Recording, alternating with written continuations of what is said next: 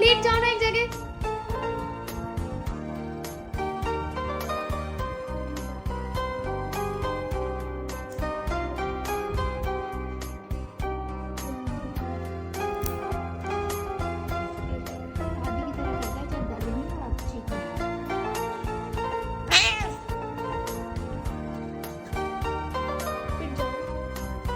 लेटे रहो यहीं पे।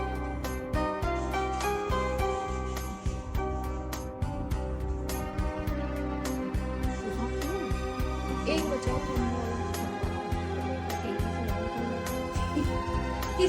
जल्दी खा